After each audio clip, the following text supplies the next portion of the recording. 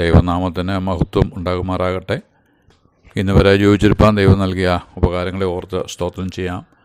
ഞാൻ കുര്യൻ എം ചാക്കോ. മത്തായി സുവിശേഷം 24:1-2 വാക്യങ്ങളിൽ നിന്ന് വെളിപ്പെട്ടു വരുന്ന ചില ആത്മീയ സത്യങ്ങൾ മനസ്സിലാക്കി അതനുസരിച്ച് മുമ്പോട്ട് പോകേണ്ടത് ആവശ്യമാണ്. ആ ഭാഗം വായിച്ചു കേൾക്കുന്നത് നന്നായിരിക്കും. യേശു ദൈവാലയം വിട്ടു പോകുമ്പോൾ ശിഷ്യന്മാർ അവന് ദൈവാലയത്തിന് പണി കാണിക്കേണ്ടതിന് അവൻ്റെ അടുക്കൽ വന്നു. യേശു അവരോട്, ഇതെല്ലാം കാണുന്നില്ലയോ? ഇടിഞ്ഞു പോകാതെ കല്ലിന്മേൽ കല്ല് ഇവിടെ ശേഷിക്കുകയില്ല എന്ന് ഞാൻ സത്യമായിട്ട് നിങ്ങളോട് പറയുന്നു. യേശുവിൻ്റെ കാലത്തുണ്ടായിരുന്ന ദേവാലയം ഹെരോദാവ് 46 വർഷം കൊണ്ട് പുതുക്കി പണിത ദേവാലയമാണ്. അത് യെരുശലേമിൽ പണി കഴിപ്പിച്ച രണ്ടാമത്തെ ദേവാലയം എന്നാണ് അറിയപ്പെട്ടത്. ഇതിൽ നിന്നാണ് യേശു വിട്ടുപോയതായി വായിച്ചത്. ഇതിനു മുമ്പ് ഒരു ദേവാലയം യെരുശലേമിൽ ഉണ്ടായിരുന്നു. അത് ശലോമോൻ്റെ കാലത്ത് പണി കഴിപ്പിച്ച ദേവാലയമാണ്. ഈ നിർമ്മിതിക്കുള്ള താല്പര്യം ആദ്യമുണ്ടായത് ദാവീദ് രാജാവിനാണ്. എന്നാൽ ദൈവം അത് തടഞ്ഞുകൊണ്ട് അരുളി ചെയ്തത് ദിനവൃത്താന്തങ്ങൾ 1-ാം പുസ്തകം 28-1-3 വരെ വാക്യങ്ങളിൽ വായിക്കുന്നു. അതെന്തെന്നാൽ ദാവീദ് രാജാവ് ഇസ്രായേലിൻ്റെ സകല പ്രഭുക്കന്മാരുമായ ഗോത്ര പ്രഭുക്കന്മാരെയും രാജാവിന് ശുശ്രൂഷ ചെയ്ത കൂറുകളുടെ തലവന്മാരെയും സഹസ്രാധിപന്മാരെയും രാജാവിൻ്റെയും അവൻ്റെ പുത്രന്മാരുടെയും സകല വസ്തുവകകൾക്കും നാൽക്കാലികൾക്കുമുള്ള മേൽവിചാരകന്മാരെയും ഷണ്ഡന്മാരെയും വീരന്മാരെയും സകല പരാക്രമശാലികളെയും യെരൂശലേമിൽ കൂട്ടുവരുത്തി. ദാവീദ് രാജാവ് എഴുന്നേറ്റ് നിന്ന് പറഞ്ഞത് എന്തെന്നാൽ, എൻ്റെ സഹോദരന്മാരും എൻ്റെ ജനവും ആയുള്ളവരെ, എൻ്റെ വാക്ക് കേൾപ്പിൻ. യഹോവയുടെ നിയമപെട്ടകത്തിനും നമ്മുടെ ദൈവത്തിൻ്റെ പാദപീഠത്തിനുമായി ഒരു വിശ്രാമാലയം പണിയുവാൻ എനിക്ക് താല്പര്യമുണ്ടായിരുന്നു. പണിക്ക് വേണ്ടി ഞാൻ സാധനസാമഗ്രികൾ അടുപ്പിച്ചിരുന്നു. എന്നാൽ ദൈവം എന്നോട്, നീ എൻ്റെ നാമത്തിനു വേണ്ടി ഒരു ആലയം പണിയരുത്. നീ ഒരു യോദ്ധാവാകുന്നു, രക്തവും ചൊരിയിച്ചിരിക്കുന്നു. ആകയാൽ നീയല്ല, നിൻ്റെ മകൻ ശലോമോൻ തന്നെ ഈ ആലയം നിർമ്മാണം നിർവഹിക്കും. ദാവീദ് അതിൽ സന്തോഷിച്ചു.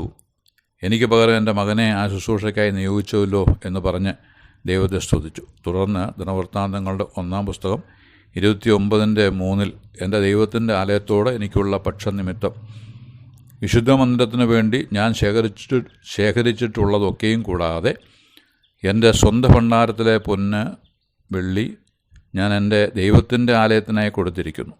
എൻ്റെ ദൈവത്തിൻ്റെ ആലയം എന്ന പ്രയോഗം ആവർത്തിക്കുന്നത് ശ്രദ്ധേയമാണ്. ദൈവിക കാര്യത്തിലുള്ള വാഞ്ചയും താല്പര്യവും ആ വാക്കുകളിൽ വെളിപ്പെടുന്നുണ്ട്. കൂടാതെ എൻ്റെ ദൈവം എന്നുള്ള പ്രയോഗത്തിൽ വെളിപ്പെടുന്ന ആത്മബന്ധം എത്ര ശ്രേഷ്ഠം! എൻ്റെ ദൈവം മഹത്വത്തിൽ ആർദ്രവാനായി ജീവിക്കുമ്പോൾ സാധുജ്ഞാനി ക്ഷോണി തന്നെ ക്ലേശിപ്പാൻ ഏതും കാര്യമില്ല എന്ന് എൻ്റെ ഉള്ളം ചൊല്ലുന്നു എന്ന് സാധു കൊച്ചുകുഞ്ഞ് ഉപദേശിയുടെ ഇരടി ഓർത്തുപോകുന്നു. പൗലോസ്ലീഹ പറയുമ്പോൾ എൻ്റെ സുവിശേഷമെന്നും എൻ്റെ ഉടയവനെന്നും, തോമാസ്ലീഹ പറയുമ്പോൾ എൻ്റെ കർത്താവും എൻ്റെ ദൈവവുമായുള്ളവേ എന്നുമുള്ള പ്രയോഗങ്ങൾ ദൈവവുമായുള്ള ഗാഢബന്ധത്തെ കാണിക്കുന്നു. ഈ വിഷയത്തിൽ നാം എങ്ങനെയിരിക്കുന്നുവെന്ന് തന്നെത്താൻ ശോധന ചെയ്യുന്നത് നന്നായിരിക്കും. ദാവീദ് രാജാവ് ദൈവാലയ നിർമ്മാണത്തിന് വേണ്ടിയുള്ളത് സ്വരുക്കൂട്ടിയ ശേഷം സന്തോഷത്തോടെ പറയുന്ന വാക്കുകൾ 29:9 മുതൽ വായിക്കുന്നുണ്ട്. ജനം മനഃപൂർവ്വമായി കൊടുത്തതുകൊണ്ട് സന്തോഷിച്ചു. ഏകാഗ്ര ഹൃദയത്തോടെ മനഃപൂർവ്വമായിട്ടായിരുന്നു അവർ കർത്താവിന് കൊടുത്തത്. ഇവിടെ കൊരിന്ത്യർക്ക് എഴുതിയ 1-ാം ലേഖനം 9:7 ഓർത്തുപോകുന്നു. അവനവൻ ഹൃദയത്തിൽ നിശ്ചയിച്ചതുപോലെ കൊടുക്കട്ടെ, സങ്കടത്തോടെ അരുത്, നിർബന്ധത്താലും അരുത്. സന്തോഷത്തോടെ കൊടുക്കുന്നവനെ ദൈവം സ്നേഹിക്കുന്നു. അങ്ങനെ ആ ജനം ദൈവസ്നേഹവും ദൈവാനുഗ്രഹവും പ്രാപിച്ചു. 10-ാം വാക്യം മുതൽ ദാവീദിൻ്റെ പ്രാർത്ഥനയും സ്തോത്രാർപ്പണവും ആണ് കാണുന്നത്. ഞങ്ങളുടെ പിതാവായ ഇസ്രായേലിൻ ദൈവമായ കർത്താവേ, അവിടുന്ന് എന്നും എന്നേക്കും വാഴ്ത്തപ്പെട്ടവൻ. കർത്താവേ, മഹത്വവും ശക്തിയും തേജസ്സും രജസ്സും മഹിമയും നിനക്കുള്ളത്. സ്വർഗത്തിലും ഭൂമിയിലുമുള്ളതൊക്കെയും നിനക്കുള്ളതല്ലോ. കർത്താവേ, രാജ്യത്വം നിനക്കുള്ളതാകുന്നു. അവിടുന്ന് സകലത്തിനും മീതെ തലവനായിരിക്കുന്നു. ധനവും ബഹുമാനവും നിങ്കിൽ നിന്ന് വരുന്നു.